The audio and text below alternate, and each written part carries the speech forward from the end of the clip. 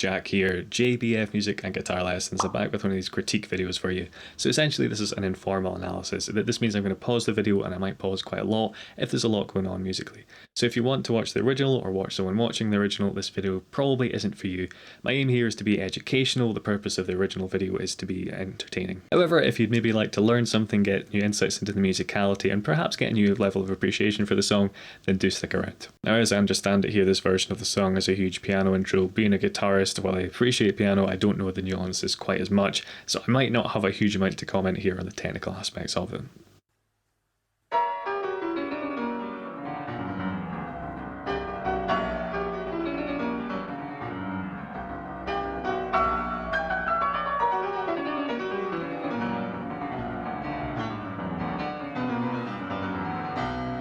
Okay, obviously this is very nice playing. She's clearly a very proficient and technically competent player. Well, I do really like here the juxtaposition of this big white piano up in the video back there against, you can see still all the amps and stuff of the rock band in the background.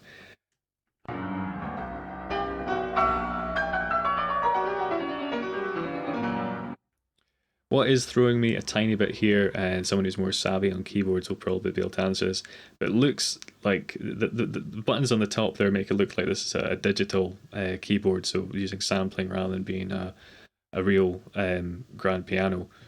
But it's the size of a grand piano, so I'm not too sure what's going on there. If someone knows, it might just be that it's a prop, so they want it to look nice and look contrasting with the rock band, so they've got a kind of grand piano sized case and a digital piano in it. It might be a grand piano. It's a bit of 6 1/2 dozen, because the sampling is so nice with these pianos these days, particularly the high end ones, that it's to my humble ears as a guitarist, it's not a huge amount of difference. Still offend all the keyboard players there. Apologies.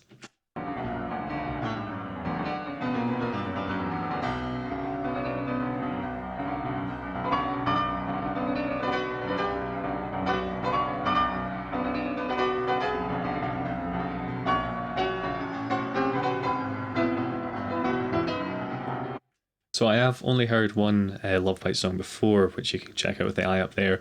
But I am wondering if this guitarist does a lot of tapping, because if you've got the two-way coordination and the kind of strength in your fingers from playing piano, I wonder how well that would translate to guitar and doing the kind of two-hand tapping stuff. You know that a lot of the kind of modern players do these days.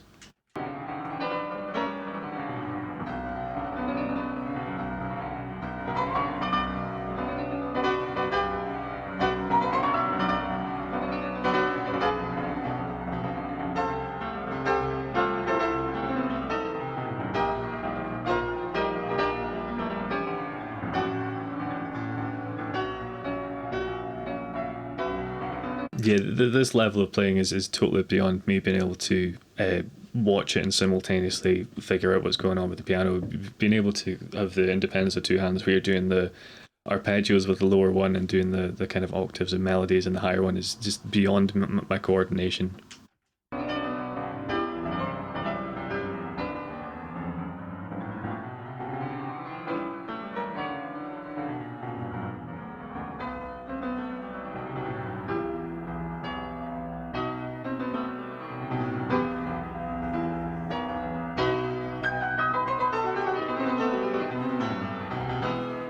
So like even that thing where she did a run and doubled it an octave higher, so what she was doing in the lower octave, she was doing in the higher octave.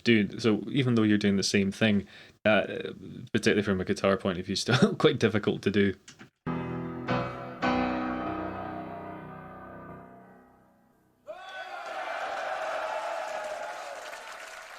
Very deserved burst of applause there, I think.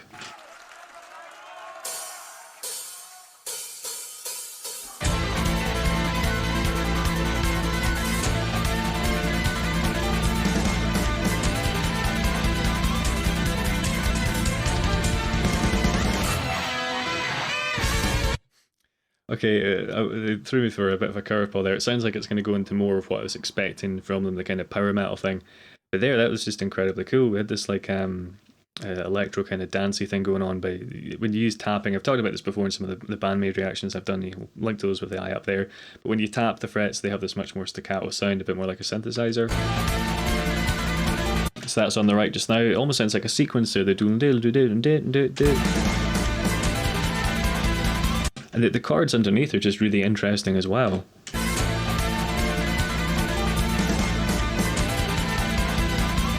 Just quite interesting voices, and ones that you wouldn't kind of typically expect to be used here.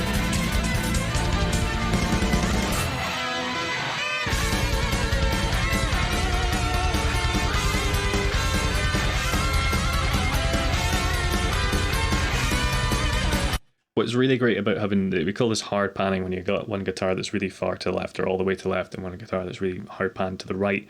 Hard panning, if you didn't know that. What's great about this is you get a real clarity, so you know who's playing what and you can hear it really well. It does mean that they don't sound as uniform, so when you're doing the harmonies, if you're not doing your vibrato exactly the same as each other, you will notice it. But it's just really cool because you can hear what they're doing so clearly.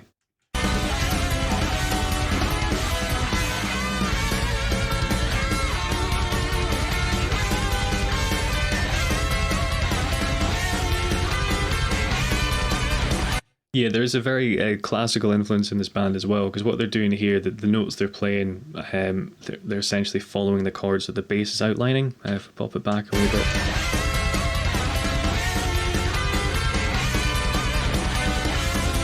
So in that first beat of every bar, the dun dun dun dun, although there's notes in between, when they land on that first beat, they're just reinforcing the chords that the bass is suggesting.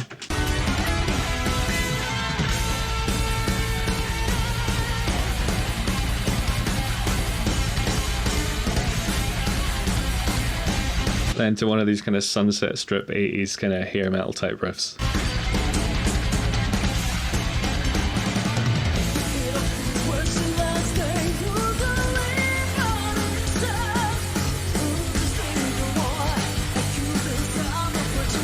I remember from the last time being really impressed with her, not just the timbre texture of her voice, but also the pitching had been really on point. I can hear the bass nice and clearly this time as well. There's a cool kind of almost Iron Maiden rattly tone going on there.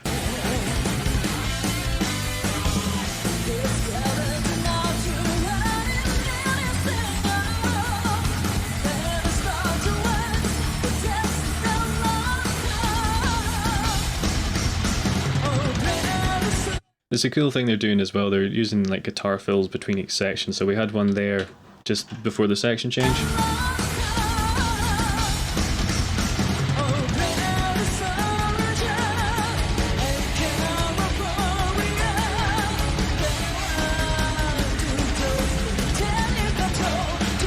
There's some sort of sample there. There's some sort of keyboard or string thing subtly in the background, I think.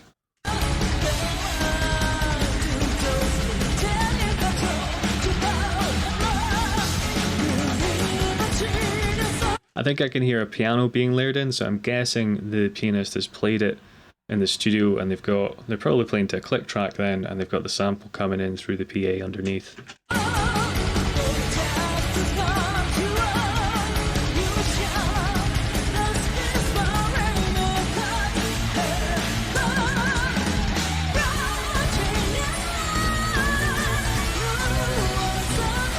Yeah, there's a huge run there. There's definitely some samples going on.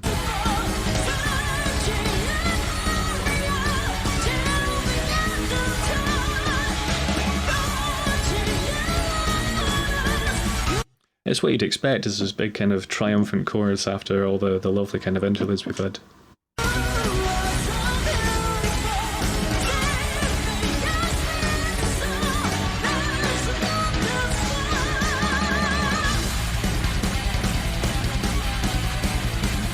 Cool, yeah, what I do like about them is instead of it just being a straight power metal, there's these kind of classical influences being mixed in, and then you're going for these more 80s riffs as well. It's cool to get like a slight change of pace, I suppose.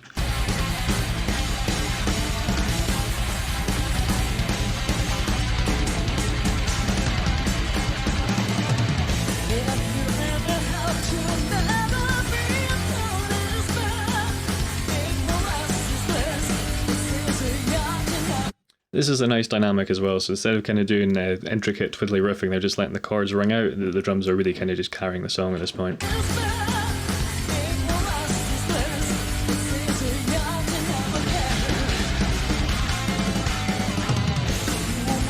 So this is one of the things I was talking about before. Every kind of, it would be like 4 or 8 bars the guitars do a fill, so it's almost like a small version of a call and response with the vocals.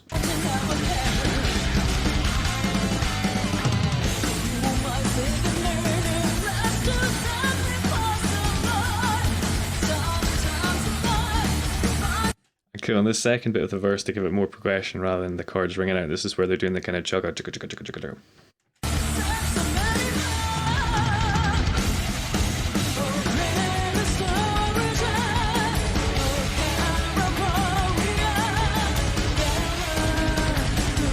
Yeah, this is an incredibly polished performance. There really isn't a note or anything out of place here. Like the other song as well, mixed really well. You can hear things nice and clearly. It's incredibly tight musicianship.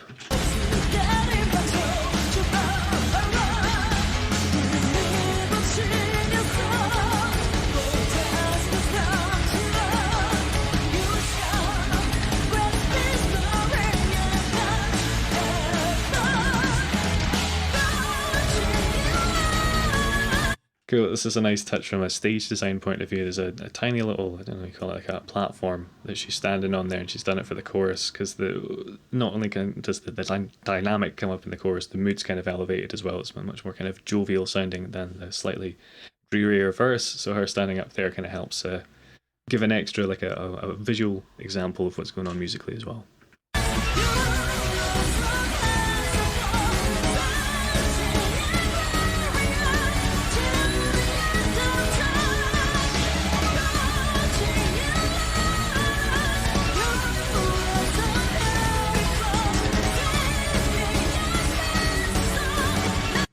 She has amazing control of her voice, just using a nice amount of vibrato as well. Sometimes singers will use vibrato to disguise when they've not hit a note quite right. In fact, that's kind of why vibrato started getting used. So vibrato apparently used to be shunned because it was a sign of you're not staying perfectly on pitch. So vibrato is that thing where you like oscillate the pitch of the notes. So like instead of just being ma, you'd have like ma, kind of goes up and down a little bit. But when they started recording singers, they started using vibrato because if you couldn't nail the line, it didn't sound great. And if you add this vibrato and it kind of it blurs the line of what note you're actually singing, so it kind of sounds better, somewhat counterintuitively. But she's not using it as a crutch at all here. It's definitely like a technique to further convey the emotion.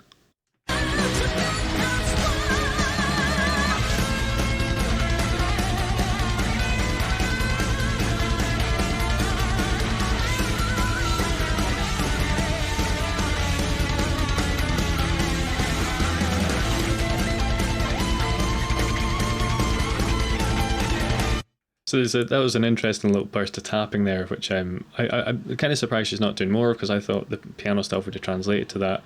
There's also a few interesting things she's doing. I've been told that she started guitar later than the rest of them, and typically, this is a stupid thing that only guitar players would know, is when she does bends. I noticed this in the last video as well. So there, you'll notice she's reinforcing the bend with her first finger, bending with the second finger. Guitar players, we tend to reinforce the bend as much as possible, so we tend to bend with the third and reinforce with the other two. Now, this is neither here nor there, but it's quite an unusual thing to see a guitar player who's at this level do.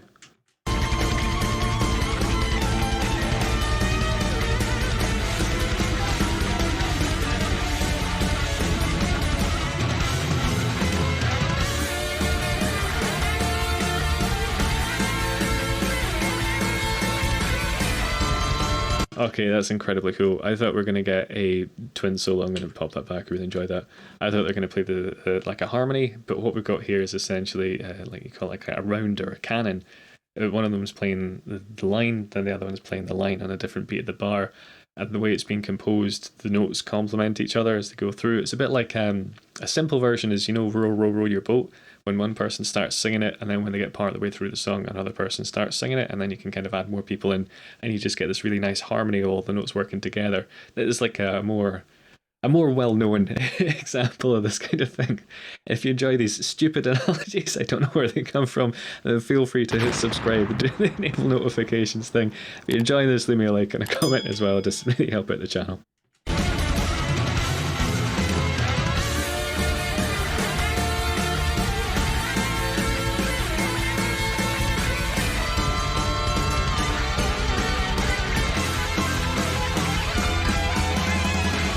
Beautiful, and they use that bend to combine the parts to play in harmony and stop doing the round. It's a really great way to escape out of it.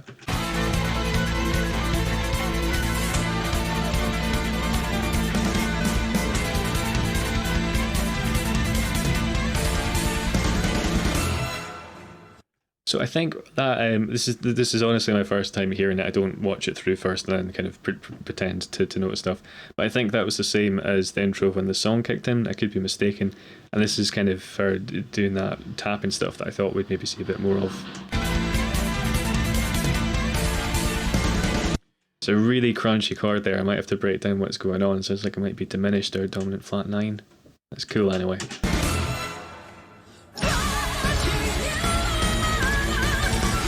Well, yeah, okay, she just hit that note from out of nowhere as well. Like a lot of the time, a lot of time you can kind of pitch the note in relation to what's going on, and you know where it's going to come. She's a pro, I suppose. She doesn't need to do it. But if you're coming in from nowhere like that, from a key change as well, we follow that back.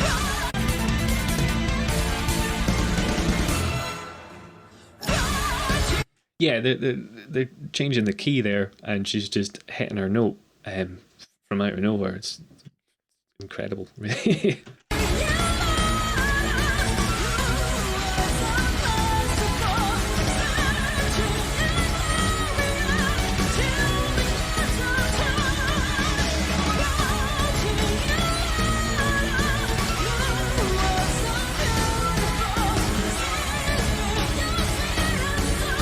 I think there might be some strings in the it's not essentially samples, what would you call it, the backing track really, the music playing underneath them as well. It's really nice, just adds an extra layer to the chorus.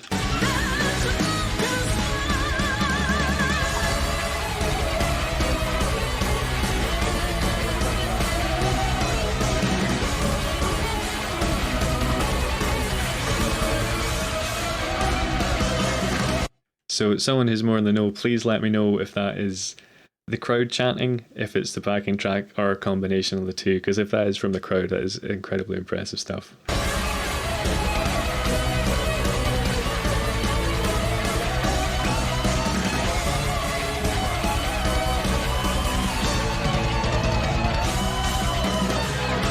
It's a wee bit of a shame because I think the solo's probably been slightly overshadowed by the crowd's enjoyment. But I mean, that's what you want as a musician, is the crowd to get into it and enjoy it. So yeah, great stuff.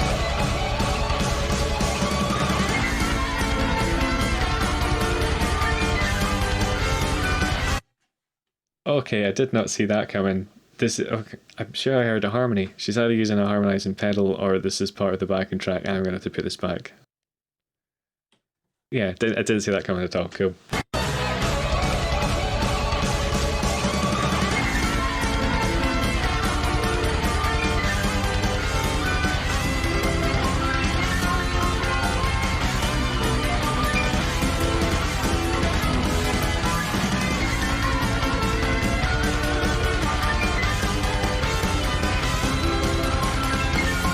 There is a slight skeptic part of me that always wonders whenever bands use backing tracks, how much of it's live and how much of it's the track.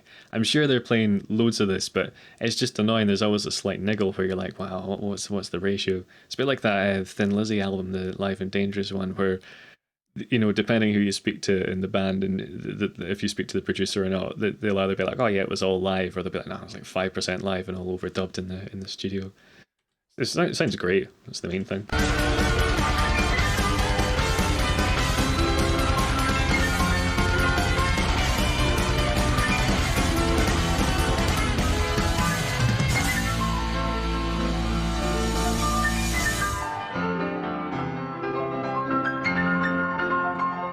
There's also just from a physical and mental point of view, changing an instrument as drastically as guitar to piano and playing them to kind of that level as well is just, you know, that in and of itself, switching between them and getting to the mindset and the kind of the right technique or whatever for clicking with that instrument's got to be a whole learning curve as well. Can't even imagine that.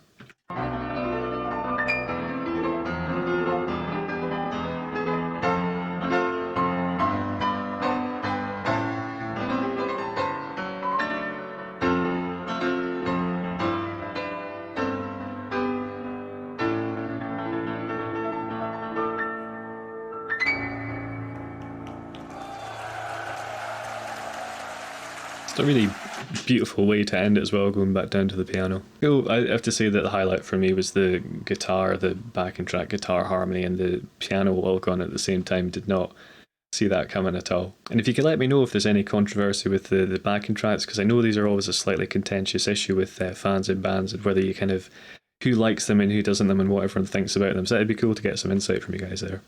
Just like before, I've got a ton of stuff to choose from to break down here, so hopefully I'll touch on stuff that interests you. Okay, so the first thing I'm going to talk about here is the panning. So if I just play this, it's pretty much down the middle, right? I'm going to pan it slowly over to the left while I play.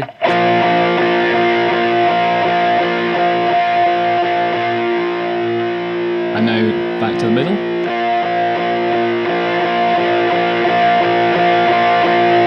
And over to the right.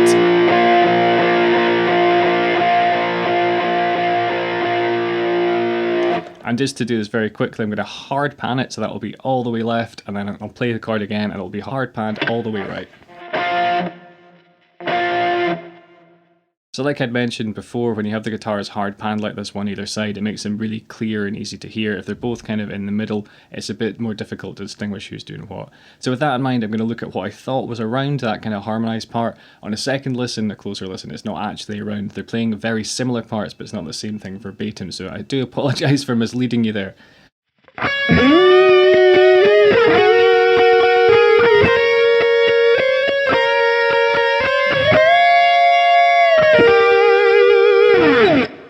But basically, one guitar is sliding into this note, playing it again, and then she does go up to here. I prefer to play this note here because it's just easier without the position shift. Then you bend in this note here up a tone, adding some vibrato. So all in the G string, standard tuning here, starting on that 11th fret, 13, 11 on the B, bending that 13 up a tone, and then vibrato. This is where the second guitar comes in over the top, but we'll finish off this part first. You're up to here.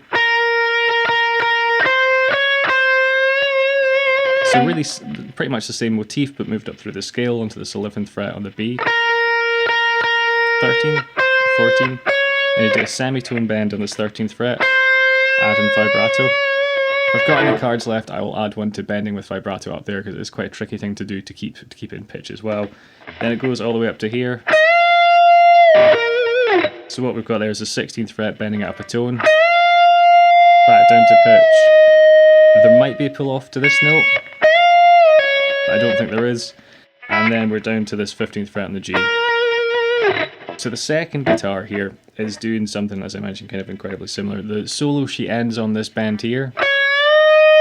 So that's going to be in sustained while the first guitar part that I just went over starts. So you've got that bend, which is a tone bend on the 14th fret on the B string. Then we're going to go almost identical to how the first guitar started off. Starts off the same, but instead of bending this note, what you do is you slide from this 14th to the 15th and add in vibrato. So that you have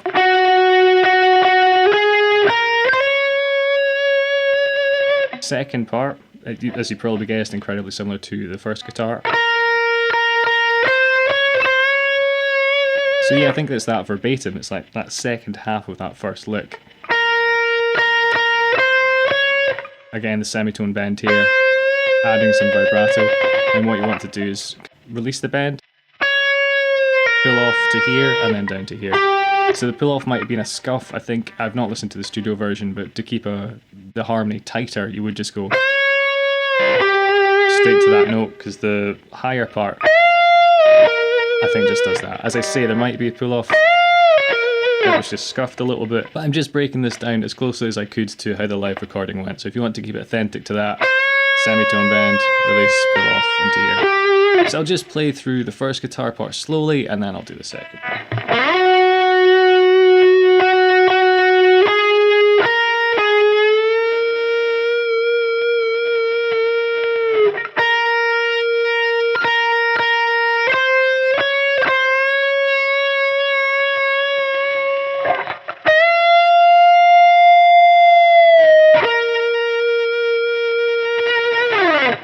And here is the second one.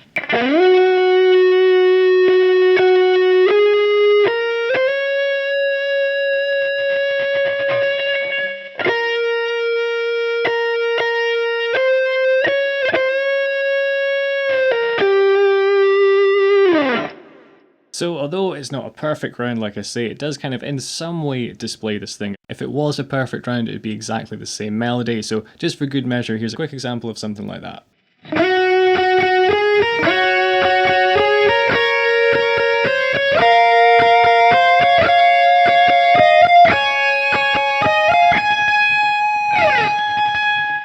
Click that for more reactions, or there for some more Lovebite stuff. Hit subscribe if you want to keep up to date with the channel and all that good stuff. But take it easy, guys. Have a good one.